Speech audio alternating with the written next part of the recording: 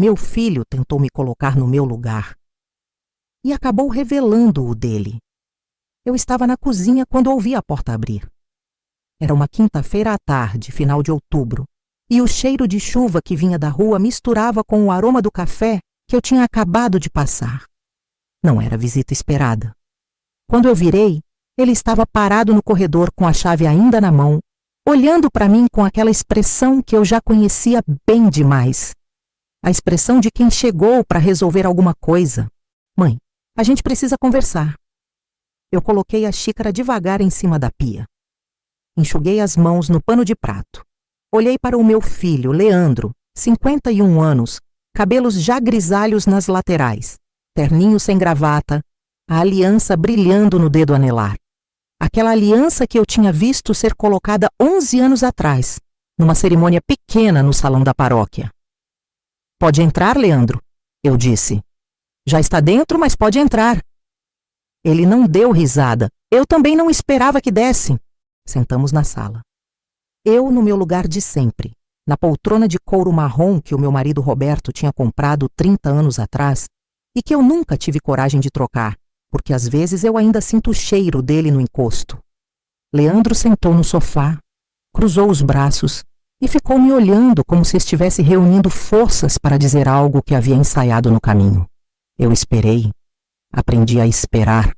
A vida me ensinou isso. 58 anos de existência me ensinaram que o silêncio, quando usado com consciência, diz mais do que qualquer palavra apressada. Mãe, eu vim porque a Cristiane está muito chateada. Cristiane, a minha nora. A mulher que o meu filho escolheu e que nos últimos 3 anos tinha se tornado uma presença cada vez mais distante dentro da família. Não distante no sentido de que ela sumia, não. Distante no sentido de que estava sempre presente fisicamente, mas emocionalmente construía uma parede que eu sentia, mas nunca conseguia nomear direito. O que aconteceu com ela? Eu perguntei. Você sabe o que aconteceu, mãe? Eu respirei fundo pelo nariz. Leandro, se eu soubesse, eu não estaria perguntando. Ele se mexeu no sofá. Descruzou e recruzou os braços. Olhou para o lado, para a estante onde ficam as fotos da família, e eu vi o momento exato em que os olhos dele pousaram na foto do batizado do Gustavo, o filho mais velho dele, onde eu estou segurando o menino no colo com aquele sorriso que só existe em dias que a gente sabe que são importantes. O aniversário da minha sogra, ele disse por fim. Você foi e ficou comentando sobre o buffet, sobre o preço das coisas, sobre o tamanho da festa. Eu conversei com a sua tia Marlene sobre isso. Mas a Cristiane ouviu. Eu não estava falando com a Cristiane. Não importa quem você estava falando. Ela ouviu e se sentiu humilhada na festa da própria mãe.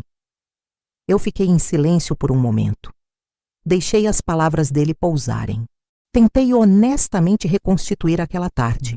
O salão alugado no bairro Novo, as mesas com arranjos de girassol, a Marlene do meu lado comentando que buffet em dia de semana sai mais barato.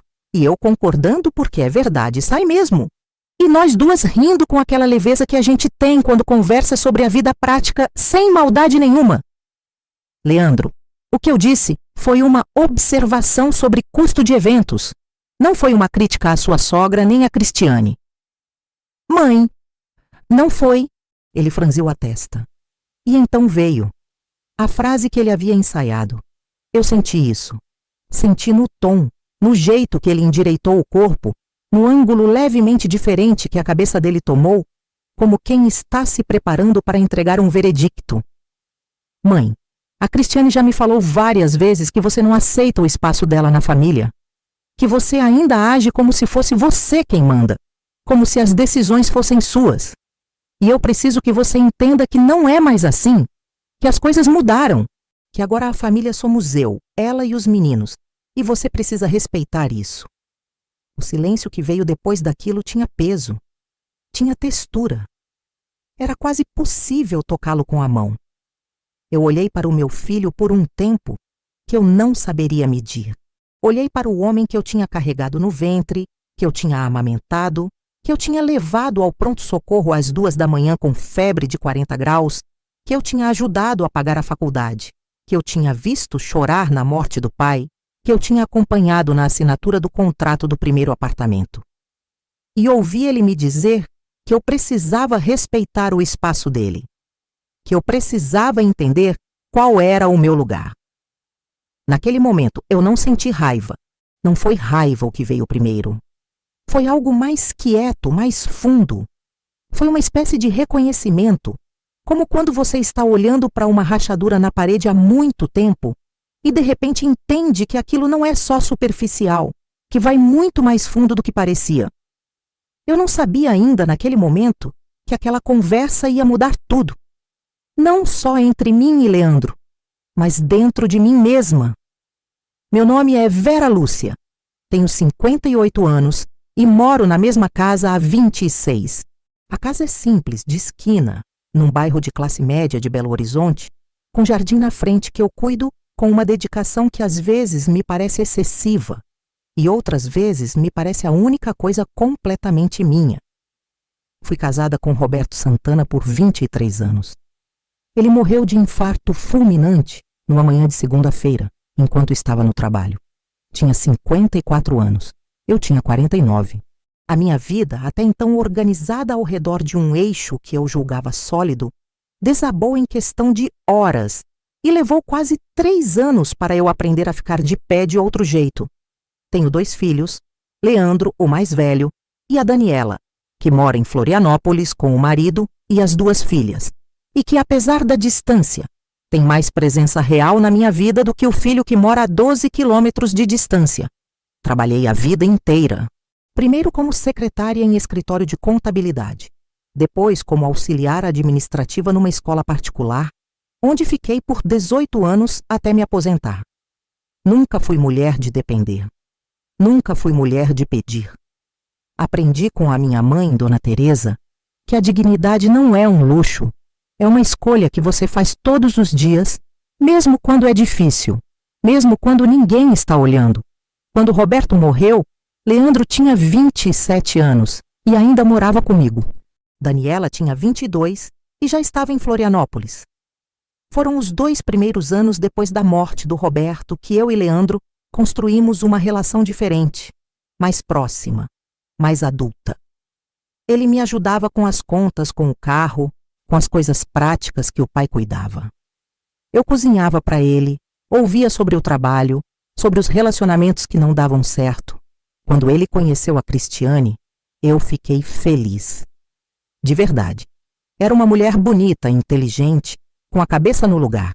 Filha de família simples do interior de Minas, criada com valores parecidos com os meus. Achei que tínhamos muito em comum. E talvez tenhamos. Só que o que eu não calculei foi o espaço que o ressentimento pode ocupar numa pessoa quando ela decide, por alguma razão que eu ainda não entendo completamente, que você é uma ameaça. Nos primeiros anos de casamento deles, tudo era tranquilo. Eu ia à casa deles num domingo por mês. Leandro vinha me visitar às vezes. Nos grandes eventos da família, estávamos todas presentes, sorrindo para as fotos, fingindo que aquele era o retrato real de como as coisas funcionavam. Mas aos poucos, eu fui notando coisas, pequenas no começo, do tipo que você descarta porque acha que é impressão. A Cristiane que esquece de me incluir numa mensagem no grupo da família. O convite para o aniversário do Gustavo que chegou 2 dias antes, sem tempo real de organizar presente, quando todo mundo sabia a data com 1 mês de antecedência. A vez que eu fui visitar e ela saiu logo depois que eu cheguei, deixando Leandro e eu sozinhos, sem nenhuma explicação, com aquele jeito de quem tinha um compromisso urgentíssimo que surgiu exatamente naquele instante. Eu não falei nada. Dei o benefício da dúvida que eu sempre dei para todo mundo. Mas o benefício da dúvida tem um limite. E o meu foi sendo consumido, gota a gota, ao longo de 3 anos. O episódio da escola foi o primeiro que eu não consegui desconsiderar. Era agosto do ano passado. O Pedro, segundo filho do Leandro, tinha uma apresentação na escola, uma daquelas festas juninas que as escolas fazem com as crianças fantasiadas e os pais sentados em arquibancadas de madeira, aplaudindo com entusiasmo desproporcional, porque é assim que funciona quando os filhos são pequenos e a gente ainda acredita que cada coisa que eles fazem é extraordinária. Eu fui, claro que fui. Sou a avó daquele menino, sou parte da vida dele. E essas coisas importam para mim de uma forma que eu não sei explicar direito, mas que sinto no peito sempre que vejo aquelas carinhas. Quando cheguei, eles já estavam sentados. Leandro, Cristiane, a mãe dela, Dona Eunice, e o marido da Dona Eunice, seu Cláudio. Uma família completa do lado deles. Eu fui me sentar, e antes que eu chegasse até eles, vi a Cristiane se inclinar para o lado do Leandro e dizer alguma coisa. Não ouvi o quê, mas vi o Leandro hesitar por um segundo antes de acenar com a cabeça para mim. Sentei na cadeira da ponta, separada deles por um espaço que ninguém tinha pedido para eu ocupar, mas que estava claramente reservado para que eu ficasse um pouco fora. A Dona Eunice ficou do lado da Cristiane, o marido do lado dela, Leandro no meio, e eu na ponta. O Pedro se apresentou, dançou, errou o passo, riu, olhou para as arquibancadas procurando rostos conhecidos e, quando me achou, acenou, só para mim, com aquela mãozinha aberta balançando com força, como criança que ainda não aprendeu a conter a alegria. Eu acenei de volta e engoli o nó que tinha se formado na garganta. Depois da apresentação, fizemos fotos. Cristiane organizou as poses com a naturalidade de quem está acostumada a comandar esse tipo de situação. Primeiro ela e Leandro com o Pedro, depois os 4 avós maternos com o menino, depois Leandro e o Pedro sozinhos, depois a Cristiane com o Pedro e a Dona Eunice. Eu esperei. Em algum momento, Leandro olhou para mim e disse: "Mãe, vem tirar uma foto com o Pedro." E tiramos. Os 3 juntos, eu, ele e o neto. Uma foto bonita que ficou no meu celular e que eu olho às vezes. Mas não foi o que eu senti quando o Pedro correu para me abraçar depois, enterrando o rosto no meu peito como criança que encontrou Porto Seguro, e eu entendi que aquela criança me amava com uma clareza que os adultos ao redor haviam perdido. O que ficou daquela tarde não foi a foto, foi a sensação de ter ficado de fora de um jeito que ninguém precisou pronunciar em voz alta para que fosse real. O segundo episódio foi no Natal. Eu tinha combinado com o Leandro de passar o Natal na casa deles. Era uma tradição que havíamos mantido desde que eles se casaram. Um revezamento entre a minha família e a família da Cristiane. E naquele ano era a nossa vez. Cheguei com as mãos cheias. Panetone, vinho, os presentes para os meninos embrulhados com aquele papel xadrez vermelho que a Daniela sempre gostava quando era criança. O pernil que eu tinha preparado desde a véspera, porque pernil bom exige tempo, paciência e tempero, colocado com cuidado. A Cristiane abriu a porta. Estava com um vestido verde escuro, cabelo preso, batom discreto, bonita como sempre. Que bom que veio, Dona Vera. Não era a primeira vez que eu notava o Dona antes do meu nome. Era o jeito dela de criar distância sem precisar dizer nada diretamente. Ninguém mais me chamava de Dona Vera. Eu era Vera, ou mãe, ou vovó, ou Verinha para a Marlene. Mas para a Cristiane, eu era sempre Dona Vera, com aquele espaço educado entre nós que ela havia construído com uma palavra só. Entrei. A casa estava arrumada, cheirando a pinheiro e baunilha, com pisca-pisca nas janelas, e a mesa da sala de jantar, posta com aquelas travessas brancas que a Cristiane recebeu de casamento. Uma mesa bonita, bem colocada, com lugar para 8 pessoas. Eram 8. Eu, Leandro, Cristiane, os 2 meninos, a Dona Eunice, o seu Cláudio, e o irmão da Cristiane, o Rafael, que tinha vindo de São Paulo com a namorada. 8 pessoas. Uma mesa para 8. Tudo certinho. Exceto pelo fato de que o pernil que eu trouxe não foi para a mesa. Cristiane pegou a travessa com um sorriso e disse que ia guardar, que já tinha muita comida e o pernil ficava ótimo no dia seguinte, e levou para a cozinha. Enquanto a mesa estava posta com os pratos dela, os temperos dela, as escolhas dela, o meu pernil esfriava dentro da geladeira. Eu não disse nada. Sentei à mesa. Comi. Conversei com os meninos, com o Rafael, com a dona Eunice, que é uma mulher de boa índole, simpática, que nunca me deu motivo de queixa. Participei da ceia com a dignidade de quem aprendeu a não fazer cena em lugares onde cena não adianta nada. Mas quando cheguei em casa naquela madrugada, depois que o Leandro me deixou na porta e foi embora, entrei na minha cozinha vazia, sentei na cadeira de sempre e fiquei olhando para o nada por um tempo que eu não saberia medir. O pernil. Meu pernil, que eu tinha feito com as minhas mãos, com tempo, com cuidado, como se cuida de coisa que importa, tinha ficado na geladeira da minha nora enquanto os outros pratos foram servidos. Não era sobre a comida. Nunca é sobre a comida. Era sobre o que a comida representava.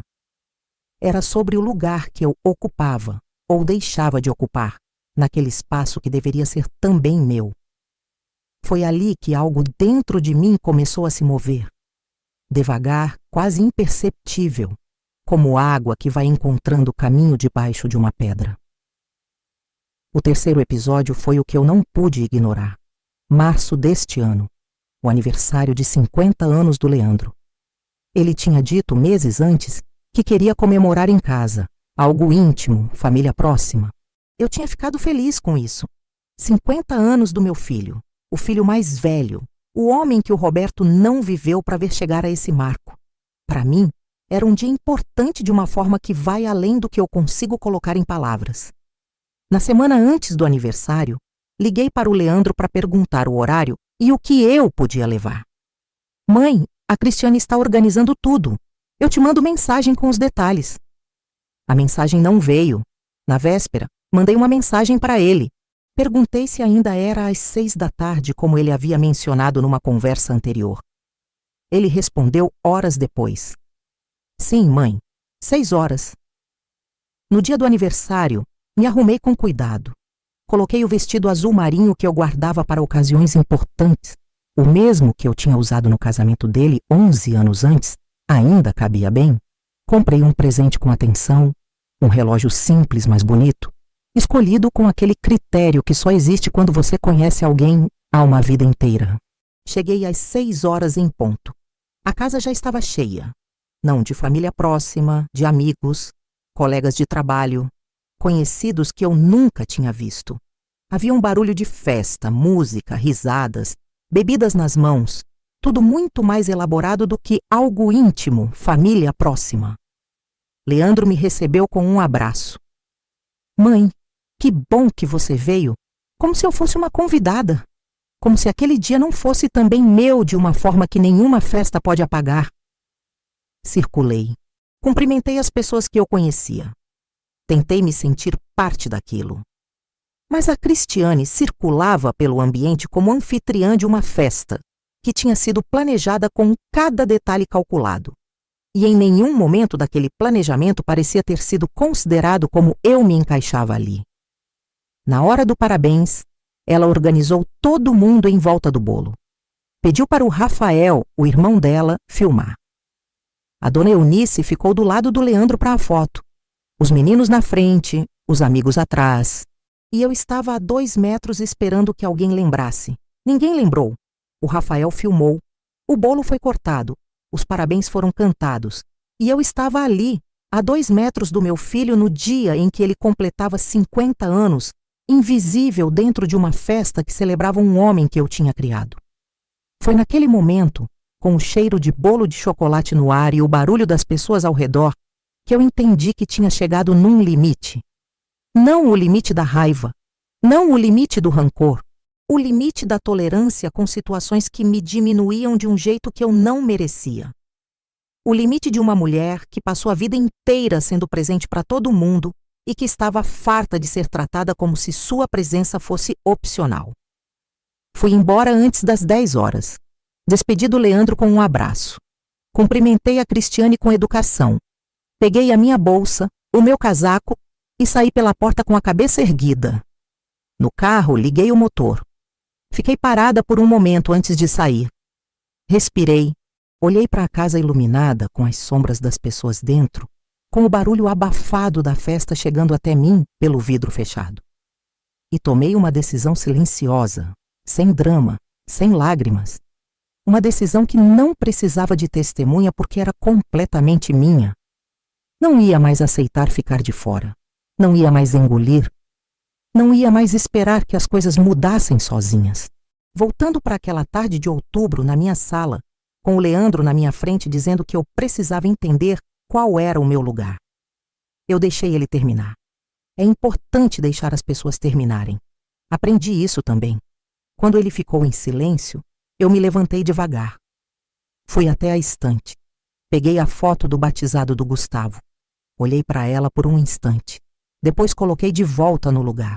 Leandro, eu disse, virando para ele. Você lembra o que aconteceu quando o seu pai morreu? Ele franziu a testa. Lembro. Por quê? Lembra que você ficou aqui comigo por 2 anos? Que a gente passou por aquilo junto? Que eu preparava o jantar todo dia e você comia aqui e a gente conversava sobre tudo? Lembro, mãe. E lembra quando você começou a namorar a Cristiane e eu disse que ela era boa para você? Que eu a recebi nessa casa com alegria, com respeito, sem julgamento?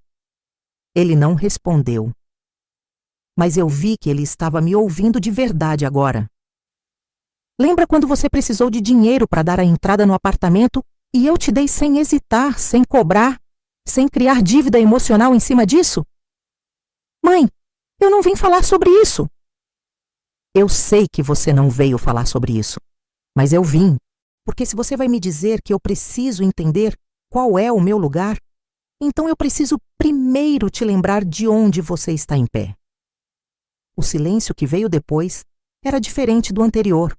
Era um silêncio que prestava atenção. Eu não sou uma ameaça para Cristiane, Leandro. Nunca fui. Nunca interferi nas decisões de vocês. Nunca dei palpite sobre como ela cria os filhos. Nunca critiquei a casa, a comida, as escolhas. O que eu fiz foi estar presente, da forma que uma mãe e avó se faz presente. E se isso incomoda alguém, esse é o problema de alguém, não o meu. Mãe, mas ela se sentiu... Eu ouço o que a Cristiane sentiu. Ouço. Mas me perguntar se o que ela sentiu tem proporção com o que aconteceu de fato, isso você vai ter que fazer sozinho. Porque eu sei o que eu disse naquela festa. E sei que não foi dito para magoar ninguém. Ele ficou quieto. O que eu não vou aceitar, continuei. E a minha voz era firme, não levantada, não trêmula. Firme como a de quem sabe o que está dizendo. É vir aqui na minha casa, na casa onde você cresceu, na casa do seu pai, e me dizer que eu preciso respeitar o espaço de vocês. Porque eu sempre respeitei. Sempre. E o desrespeito que existiu nessa história não foi da minha parte. Leandro abriu a boca. Fechou. Abriu de novo. O que aconteceu no seu aniversário? Eu disse antes que ele falasse. Quando eu fiquei a 2 metros de você na hora do parabéns e ninguém me chamou para a foto, isso foi respeito? Ele ficou pálido. O Natal, quando eu fiz um pernil e ele foi parar na geladeira enquanto a mesa foi posta com outros pratos, isso foi respeito? Mãe! A festa junina do Pedro, quando eu sentei na ponta da arquibancada, enquanto a família da Cristiane ficou toda junta, isso foi respeito? O silêncio dele era diferente agora. Era o silêncio de quem está ouvindo coisas que sabia, mas havia escolhido não ver. Eu vim te colocar no seu lugar, disse ele, finalmente, com uma voz que havia perdido toda a certeza que tinha quando entrou pela porta. Eu sei, respondi. E ao fazer isso, você revelou o seu. Ele ficou ainda por 1 hora. Não falou muito. Fez perguntas pontuais sobre os episódios que eu havia mencionado. Tentou algumas vezes encontrar uma justificativa que tornasse as coisas menos pesadas do que eram. Mas quando você ouve as coisas em sequência, quando alguém coloca diante de você não um episódio isolado, mas um padrão, fica difícil argumentar que não existe padrão nenhum. Na hora em que foi embora, parado na porta, ele me olhou com uma expressão que eu não via no rosto dele desde que era adolescente, e havia feito algo errado, e sabia disso. Mãe, eu vou conversar com a Cristiane. Conversa, eu disse. Mas converse de verdade, não para me defender, para entender o que está acontecendo de fato. Ele assentiu. Saiu. Fechei a porta. Fui até a janela e fiquei olhando para a rua por um tempo. A chuva tinha parado. O asfalto brilhava com as poças que refletiam a luz do poste. O jardim estava molhado, as folhas do hibisco pesadas de água. Respirei. Não sentia alívio. Não sentia vitória. Sentia algo mais sóbrio do que isso. Sentia a clareza de quem finalmente disse o que precisava ser dito, sem gritar, sem chorar, sem implorar que alguém a enxergasse. Fui para a cozinha, aqueci o café que tinha passado horas antes. Sentei na minha cadeira. E a casa, com todo o silêncio que só uma casa vazia à noite consegue ter, parecia diferente. Não menor, mais minha. Nos dias seguintes, não houve contato. Eu não liguei, não mandei mensagem. Não fiz nada para suavizar o que havia acontecido ou para garantir que as coisas estivessem bem entre nós. Porque às vezes é necessário deixar as coisas ficarem onde pousaram, sem ficar passando a mão por cima para não ver o que está escrito. Liguei para a Daniela naquele fim de semana. Contei o que tinha acontecido com cuidado, sem exagero, sem buscar aliada. Ela me ouviu em silêncio e depois disse: Mãe, eu admiro demais como você conseguiu dizer tudo isso sem perder a compostura. Não foi compostura. Foi exaustão de um tipo específico. O tipo que vem quando você percebe que passou tempo demais guardando coisas que deveriam ter sido ditas. Continuei minha rotina. Academia às 6:30 da manhã, 3 vezes na semana. A Marlene me ligava toda quarta-feira para falar sobre a novela e reclamar do marido com aquele bom humor que ela tem, que faz tudo parecer mais leve. Eu tinha uma viagem marcada para o início de novembro. Um grupo de amigas indo para Ouro Preto, coisa que a gente planejava havia quase 1 ano. Foi para Ouro Preto. Ficamos 4 dias. Subimos ladeiras, comemos comida boa, tiramos fotos em frente a igrejas do século XVIII, dormimos em pousada com cobertor pesado e cheiro de madeira antiga. Foram 4 dias que eu precisava mais do que havia percebido. Na última noite, depois que as outras amigas foram dormir, eu fiquei sentada na varanda da pousada, olhando para as pedras da rua iluminada, com uma taça de vinho na mão e a temperatura fria de novembro envolvendo tudo. Pensei no Leandro. Pensei no que ele havia dito. Pensei nos episódios que eu havia enumerado para ele, naquela tarde na sala, e na cara que ele fez ao ouvir cada um deles em sequência. Pensei que eu o amava, que nada daquilo mudava isso, que o amor que eu sinto pelo meu filho não tem condição, não tem prazo, não tem cláusula de rescisão. Mas que amor não é o mesmo que aceitação ilimitada de tudo. Que presença não é o mesmo que invisibilidade voluntária. Que ser mãe não me obriga a me tornar menor para que outras pessoas caibam melhor no espaço. Leandro me ligou 18 dias depois daquela conversa. Era uma noite de terça-feira. Eu estava lendo. O telefone vibrou e o nome dele apareceu na tela. Eu deixei tocar 1 vez, 2, antes de atender. Não por jogo, por preparação. Alô? Mãe, posso passar aí amanhã? Pode. Não perguntei o motivo. Não adiantei a conversa. Deixei o amanhã ser amanhã. Ele chegou no meio da tarde. Desta vez sem terninho, de calça jeans e camisa aberta, com uma aparência ligeiramente diferente, menos armado. Sentamos na sala, no mesmo arranjo de sempre, eu na poltrona, ele no sofá. Eu conversei com a Cristiane, ele disse.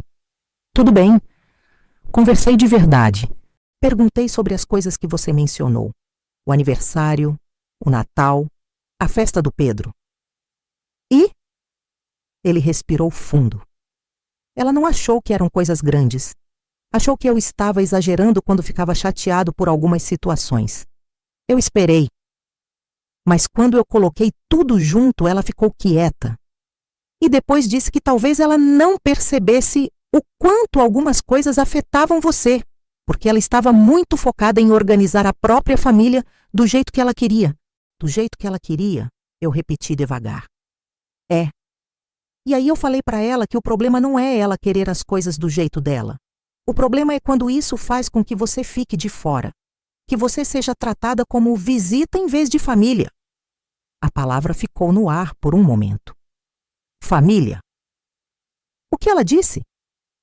Ela ficou quieta de novo e depois disse que ia pensar. Não era uma resolução. Não era um pedido de desculpas. Não era o arco perfeito de uma história onde tudo se resolve em 18 dias. Era um começo de consciência, que é a única coisa honesta que eu poderia esperar. Leandro, eu disse, eu não preciso que a Cristiane me ame. Não preciso que ela seja minha melhor amiga. Mas preciso ser tratada com respeito. Preciso que quando eu estiver numa foto, alguém me chame. Preciso que quando eu faço comida e levo, ela seja servida. Preciso que quando é o aniversário do meu filho, eu não seja uma convidada na periferia da festa. Eu sei, mãe. Você só soube agora? Ele ficou quieto. Mas não foi um silêncio defensivo. Foi o silêncio de quem está ouvindo uma verdade que dói exatamente porque é verdade. Eu fui injusto, ele disse por fim. Eu vim aqui na semana passada para te colocar no seu lugar e eu não tinha percebido que o lugar que eu ocupava na vida de você, como filho, como homem, como pessoa, esse lugar eu mesmo tinha deixado encolher. Eu olhei para ele por um longo momento. Isso é o que importa, disse. Não o que vai acontecer daqui para frente. É que você percebeu isso. Não vou dizer que tudo mudou depois disso. Seria mentira. E eu não tenho interesse em mentira. A Cristiane não se transformou numa nora diferente da noite para o dia. Continuou tendo o jeito dela, a reserva dela, o controle que ela exerce sobre o próprio ambiente com a naturalidade de quem não consegue funcionar de outro modo. Isso não vai mudar. Talvez nunca mude. Mas algumas coisas mudaram. No Natal seguinte, o pernil foi para a mesa. Não foi feito por mim porque eu decidi naquele ano não levar comida. Levei vinho e presente para os meninos, mas quando eu entrei, havia lugar reservado para mim ao lado do Leandro. Não na ponta, no meio. A dona Eunice me olhou com aquele sorriso dela e disse: "Que bom ver você, Vera." E eu respondi: "Igualmente, dona Eunice. A Cristiane me recebeu diferente. Não calorosa como eu gostaria, mas diferente, com um cuidado medido, que eu reconheço como esforço. E esforço, quando é genuíno, merece reconhecimento." No aniversário do Pedro, em fevereiro, fui chamada para a foto. Leandro me chamou, com uma naturalidade que eu percebi ser ensaiada, mas que estava sendo ensaiada na direção certa. Foram pequenas coisas. A vida real não tem grandes gestos. Tem pequenas coisas que somadas criam um padrão diferente do anterior. E o que eu aprendi com tudo isso, o que ficou quando a poeira baixou e a emoção cedeu lugar para a clareza, foi algo que eu não esperava aprender com 60 anos. Aprendi que o amor que a gente tem pelos filhos pode cegar a gente para os sinais de que algo precisa ser dito, que a nossa vontade de preservar a paz pode nos fazer engolir coisas que não deveriam ser engolidas, que quando você fica em silêncio por tempo demais, o silêncio vira invisibilidade. E a invisibilidade vira uma norma que ninguém precisou decretar em voz alta para ser real. Aprendi que impor limites não é briga, não é vingança, não é falta de amor. É a forma mais honesta de dizer: eu me importo com você, mas me importo também comigo. E esse cuidado comigo mesma não é negociável. Aprendi que às vezes os filhos precisam ser lembrados, com calma e firmeza, do quanto custou trazê-los até onde estão. Não como cobrança, como realidade, porque crescer não apaga a história. E a história, quando contada no momento certo, tem o poder de mudar o rumo das coisas. Leandro me liga toda semana agora, às vezes sem motivo, às vezes só para contar algo que aconteceu no trabalho, uma piada que ouviu, uma coisa que o Gustavo disse que o fez rir. São ligações curtas às vezes, mas são ligações que existem. E quando eu atendo e ouço a voz do meu filho, penso no homem que o Roberto não viveu para ver. E sinto que em algum lugar, de alguma forma que não sei explicar, as coisas estão no lugar que deveriam estar. Não perfeitas, mas verdadeiras. e verdadeiro. Descobri com 60 anos é muito mais do que perfeito jamais poderia ser. Hoje de manhã cedo, antes da academia, eu reguei o jardim. O hibisco estava florido, aquele laranja avermelhado que aparece no fim do inverno, quando a planta decide que já esperou o suficiente. Fiquei olhando para ele por um momento, com a mangueira na mão e a água pingando nas folhas. Pensei em tudo o que aconteceu no último ano. No Leandro chegando na minha sala com aquela expressão de quem veio resolver algo. Na minha voz dizendo o que precisava ser dito, sem gritar, sem implorar. No silêncio que ficou depois que ele saiu. Nos 18 dias sem contato. No telefonema, na conversa, nas pequenas mudanças que foram acontecendo, quietas, sem cerimônia. E pensei que talvez seja isso. Que talvez a vida não seja feita de grandes momentos de resolução, mas de decisões pequenas tomadas com consciência, de conversas difíceis conduzidas com dignidade, de limites impostos não com raiva, mas com clareza. Que às vezes o maior ato de amor que uma mãe pode praticar não é abrir mão de si mesma, é recusar-se a fazer isso. Desliguei a mangueira, entrei em casa, fiz o café, sentei na minha cadeira de sempre. E a manhã que começou era minha, completamente minha. Não sei o que vem depois disso. Ninguém sabe. A relação com o Leandro vai exigir cuidado, atenção, conversas que ainda não aconteceram. A Cristiane é quem é, e eu sou quem sou. E entre nós sempre vai existir uma distância que nenhuma das duas vai correr para eliminar. Mas o que eu sei é que nunca mais vou sentar na ponta da arquibancada esperando que alguém se lembre de me incluir. Nunca mais vou assistir o parabéns do meu filho a 2 metros de distância. Nunca mais vou engolir o pernil e chamar isso de paciência.